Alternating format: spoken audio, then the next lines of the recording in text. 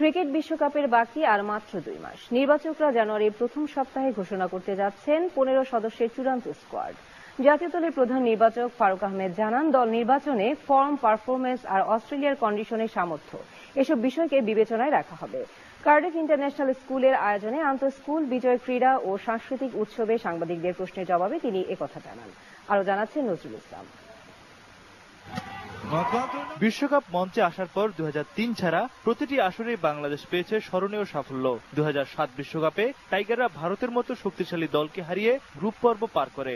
2011 সালেও তারা হারিয়েছে ইংল্যান্ডের মতো দলকে। এবারের বিশ্বকাপের জন্য দলের মানসিক প্রস্তুতিটা 2007-এর মতো। তাই তো অস্ট্রেলিয়া নিউজিল্যান্ডের কন্ডিশনে মানিয়ে নেওয়ার জন্য সব রকমের প্রস্তুতি নিতে হবে মাশরাফিদের। বাউন্সি উইকেটে ভালো ব্যাট করাকে বেশি চ্যালেঞ্জের ভাবছেন প্রধান নির্বাচক ফারুক আহমেদ। চলবে না, আমাদের কিছু বোলিং মেশিন আছে যেটা আমরা সবসময় ইউজ করি যখন আমরা ওভারসিজ খেলতে যাই, তো ওগুলো কাজ করবে। এবং সবচেয়ে বড় কথা, আমরা অস্ট্রেলিয়া ওয়ার্ল্ড কাপ শুরুর আগে ব্রিসবেন সেন্টার ফর এক্সেলেন্স, একটা ক্রিকেট একাডেমি আছে, ওখানে প্রায় 17 দিনের মধ্যে একটা প্রি কন্ডিশনিং ক্যাম্প হবে, যেখানে দুটো প্র্যাকটিস ম্যাচ আমরা খেলবো।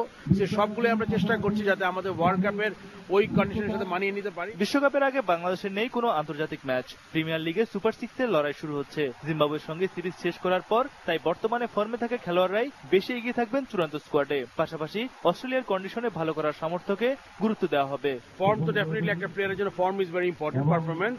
তারপর আপনার যেই কন্ডিশনে আমরা খেলতে যাই, যেই দেশে খেলতে যাই, এবং দলগুলোরও কিন্তু আমরা চিন্তা করি তাদের উইকনেস, স্ট্রঙ্গার পয়েন্টস, প্লাস আমরা যেই উইকেটে খেলবো, সব বিবেচনায় করে তারা দল দাঁড়া করানোর চেষ্টা করব। তবে আরেক নির্বাচক হাবিবুল বাশার মনে করছেন, বিশ্বকাপের উইকেট পুরো মাত্রায় পেস নির্ভর নাও হতে পারে। আইসি ইভেন্টে বেসিক্যালি ক্রিকেট উইকেটগুলি কিন্তু আইসিসি তদারক করে থাকেন। তো আমার মনে হয় যে নর্মালি আমরা অস্ট্রেলিয়াকে যেমন দেখে থাকি, হয়তো অতখানি পেসের ম্যাচ থাকবে না। আর অস্ট্রেলিয়া নিউজিল্যান্ড কন্ডিশনে খেলার অভিজ্ঞতা থেকে মোহাম্মদ আশরাফুল জানান, ম্যাচ জেতার জন্য টপ অর্ডারের ব্যাটসম্যানদেরই বেশি ভূমিকা থাকবে। অস্ট্রেলিয়া নিউজিল্যান্ডে যদি পারফরমেন্স করতে হয়, আর যারা সাইড স্ট্রোক ভালো খেলবে, আমার বিশ্বাস তারাই আর কি ভালো খেলতে পারবে ওই জায়গায়, বিশেষ করে কাঠপুল যাদের স্ট্রং। বিশ্বকাপে বাংলাদেশের প্রতিপক্ষ 2 স্বাগতিক অস্ট্রেলিয়া, নিউজিল্যান্ড সহ ইংল্যান্ড, শ্রীলঙ্কা, আফগানিস্তান ও স্কটল্যান্ড।